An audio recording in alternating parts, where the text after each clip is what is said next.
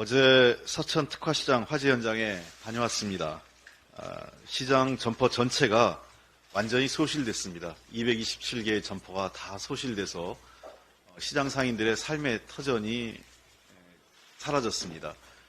특히 안타까운 것은 단순히 이게 장사나 영업의 공간이 아니라 일부 오랫동안 그 현장에 계셨던 분들은 자신의 삶의 일부와 같은 삶의 현장이 사라졌다는 것에 대해서 매우 가슴 아프게 생각하셨습니다.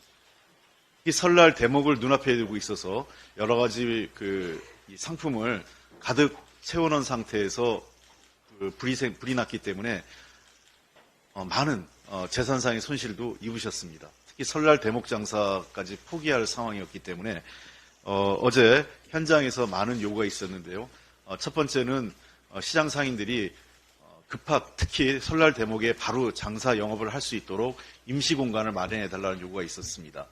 그래서 신속하게 해당 지자체와 그다음에 관련 중앙정부는 이에 대한 대책을 마련해야 될 것 같습니다.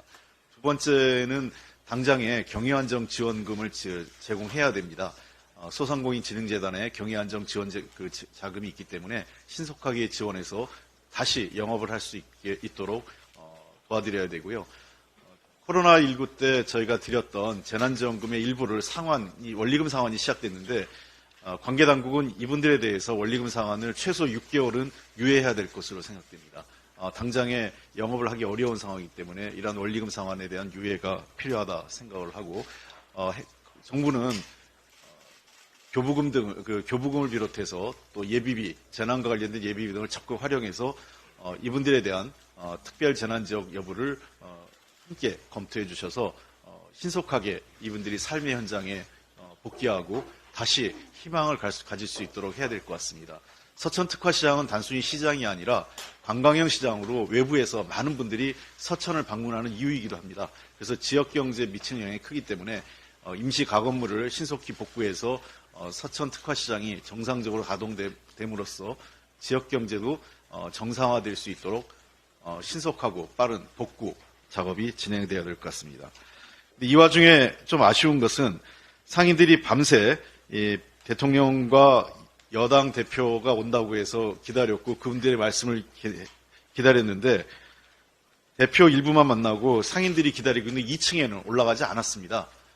그리고 실제로 어제 대부분의 뉴스에서 화제가 된 것은 재난 현장에 가서 그분들 위로하는 모습보다는 갈등이 빚고 있는 대통령과 여당 비대위원장 간의 화해의 모습이 그 두 분의 투샷이 어제 메인 뉴스로 올라가는 것 자체가 아이러니합니다.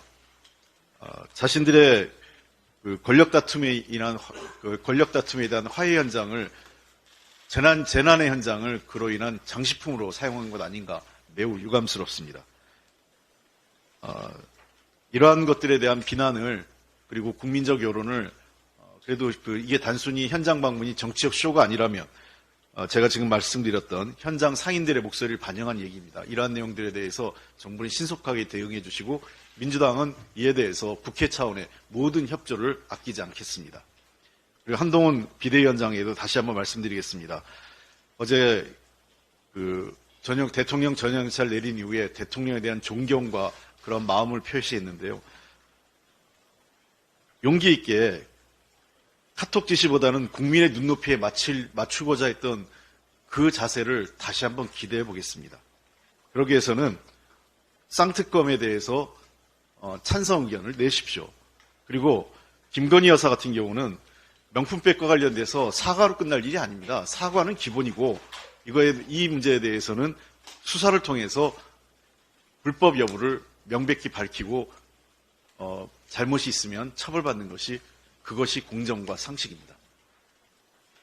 약속 대련이 아니라면 그리고 국민의 눈높이가 맞다면 한동훈 비대위원장은 카톡 지시 대신 다시 진짜 여당 비대위원장으로 국민의 눈높이에 맞춰주시길 부탁드립니다. 금주 들어 서울 등 수도권의 아침 최저기온이 영하 18도까지 떨어지면서 가장 혹독한 추위가 이루어지고 있습니다. 국민적 고통이 이루어지고 현장에서 일하는 생업에 종사하는 많은 국민들이 어려움을 겪고 있습니다. 정부는 이에 대한 대책을 신속히 마련해서 국민들의 고통을 줄여야 될 것 같습니다. 특히 당장 2024년 강원 동계 청소년 올림픽이 진행되고 있기 때문에 이런 동계 대책을 정부는 신속하게 마련해서 해외로부터 많이 온 우리 청소년 대표들이 이런 혹한으로 인해 고통받지 않도록 제2의 잼버리 사태가 발생하지 않도록 조치를 취해 주시기 바랍니다. 민주당은 국민 생명과 안전을 위협하는 북극 한파와 같은 극심한 기후변화를 민생 현안으로 인식하고 근본적이고 실질적인 대책 마련에 최선을 다하겠습니다.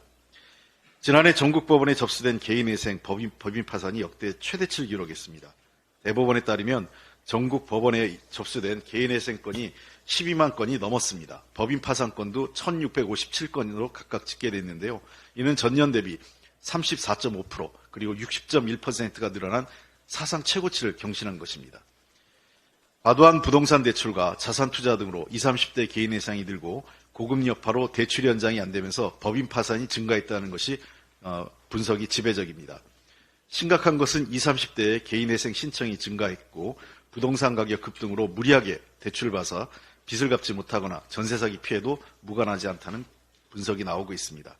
중소기업도 코로나 시기에 받았던 정부 지원 혜택 중단과 경기 침체로 업종을 불문하고 대다수 기업이 위기에 몰리고 있습니다. 정부는 이에 대해서 실효성 있는 대책을 마련해야 합니다. 적극적으로 대응 안 하면 개인회생, 법인 파산 신청은 매년 최대치 기록을 경신할 것입니다. 취약차주 보호를 위해 채무를 장기분할 상환으로 전환하고 원리금 감면 등 금융기관의 자체적 채무 조정을 유도해야 합니다. 민주당 지도로 지난해 제정한 개인채무자 보호법이 바로 그러한 취지입니다. 10월까지 법 시행을 기다리다 늦을 수도 있는 우리 경제의 한계 상황입니다. 금융감독당국은 법 시행 이전이라도 금융기관에 명확한 지침을 내려서 사적 채무 조정을 제도화하고 채무자의 과도한 연체이자 부담을 완화한 것을 촉구해 주십시오.